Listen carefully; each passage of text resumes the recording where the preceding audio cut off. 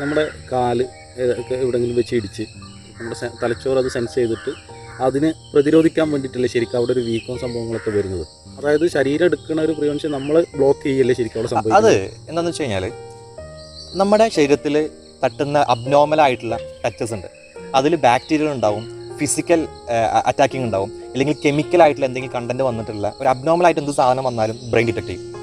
എന്നിട്ട് അവിടെ ഒരു സാധനം എക്സ്ട്രാ പുറത്തുനിന്ന് വന്നിട്ടുണ്ട്, അതുകൊണ്ട് ബ്ലഡിനോട് പറയാണ് ആ സ്ഥലത്തെ സേഫ് ആക്കാൻ വേണ്ടിയിട്ട് നീ ഒരുപാട് ആളുകൾ അങ്ങോട്ട് അയക്കണം, പടയാളികളെ അയക്കണം, അതിനെ പ്രൊട്ടക്ട് ചെയ്യാൻ വേണ്ടിയിട്ട് അയക്കണം എന്ന് പറയുന്നുണ്ട്. ഇത് കേട്ടിട്ട് ബ്ലഡ് ഒരുപാട് ആളുകൾ അങ്ങോട്ട് കൊടുക്കും.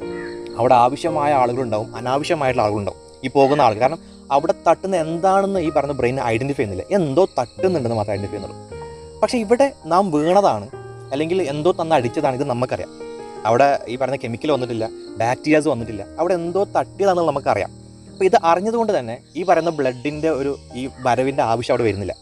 അതുകൊണ്ടാണ് നമ്മളത് ബ്ലോക്ക് ചെയ്യുന്നത്. രണ്ടാമതായിട്ട് ഇപ്പോൾ ഒരു വേദനയുടെ മരുന്നോ നീരിൻ്റെ മരുന്നോ കുടിക്കുന്നതിന് മുമ്പ് അല്ലെങ്കിൽ ഡോക്ടർ എഴുതുന്നതിന് മുമ്പ് ഡോക്ടർ ചോദിക്കും ഇത് എന്ത് പറ്റിയതാണെന്ന്.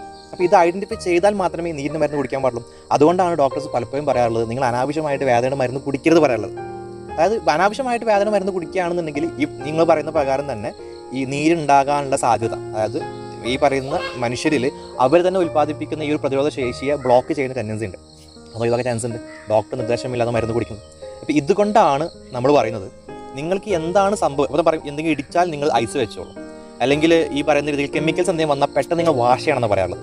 അതുപോലെ പാമ്പോ അല്ലെങ്കിൽ മൃഗങ്ങൾ എന്തെങ്കിലും കടിക്കുകയാണെങ്കിൽ അപ്പോൾ തന്നെ നിങ്ങൾ സോപ്പ് സൊല്യൂഷൻ ഉപയോഗിച്ച് വാഷ് ചെയ്യണമെന്ന് പറയാറുണ്ട്. അപ്പോൾ അതിനൊക്കെ ഓരോരോ കാര്യങ്ങൾ നടക്കുമ്പോൾ ഫസ്റ്റ് എയ്ഡ് ആയിട്ട് ഇന്നത് ചെയ്യണമെന്ന് പറയുന്നത് കൊണ്ട് തന്നെ നമുക്ക് അറിയാൻ പറ്റും എന്താണ് എന്നുള്ളത് നമുക്ക് ഐഡൻറ്റിഫൈ ചെയ്തുകൊണ്ട് ചെയ്യണം. എന്താണെന്ന് പ്രത്യേകമായി ഐഡൻറ്റിഫൈ ചെയ്യാൻ പറ്റാത്തത് കൊണ്ടാണ് ബ്രെയിന് എല്ലാത്തിനും സപ്പോർട്ട് ചെയ്ത് കൊടുക്കുന്നത്.